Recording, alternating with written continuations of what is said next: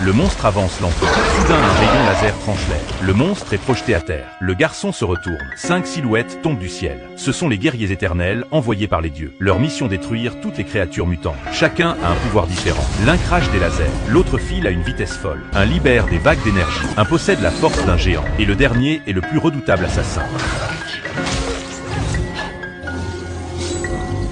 Un immense vaisseau carré apparaît dans le ciel. Les 10 guerriers éternels se rassemblent. Ils voient que le garçon vient de perdre son père. La femme ramasse un poignard sur le sol. Il brille instantanément d'or. Elle le tend au garçon. Des années passent. Tous les monstres mutés sont anéantis. La lame dorée devient le symbole de la civilisation humaine. Les 10 guerriers se dispersent. Chacun s'intègre à la société moderne. Annie devient enseignante. Dès le premier jour, un incident survient. Le sol tremble comme un séisme. Elle guide ses élèves pour se mettre à l'abri. La secousse s'intensifie. Une statue menace de tomber sur les enfants. Annie concentre son pouvoir et sauve ses élèves. Son super pouvoir est révélé. Elle ne peut plus rester enseignante. Le soir, lors d'une promenade, un monstre surgit de l'eau. Annie est stupéfaite. Le monstre aurait dû être éliminé depuis longtemps. Elle fonce. Ses mains frappent le sol. La terre se transforme en sable mouvant. Le monstre est temporairement piégé, mais son pouvoir n'est pas offensif. Elle ne peut pas tuer la créature. Elle guide le monstre vers un endroit vide. Un allié apparaît. Elle peut créer des illusions. Des copies apparaissent partout autour. Mais le monstre est malin. Il repère le vrai et la frappe d'un coup. Soudain, un choc immense vient du ciel.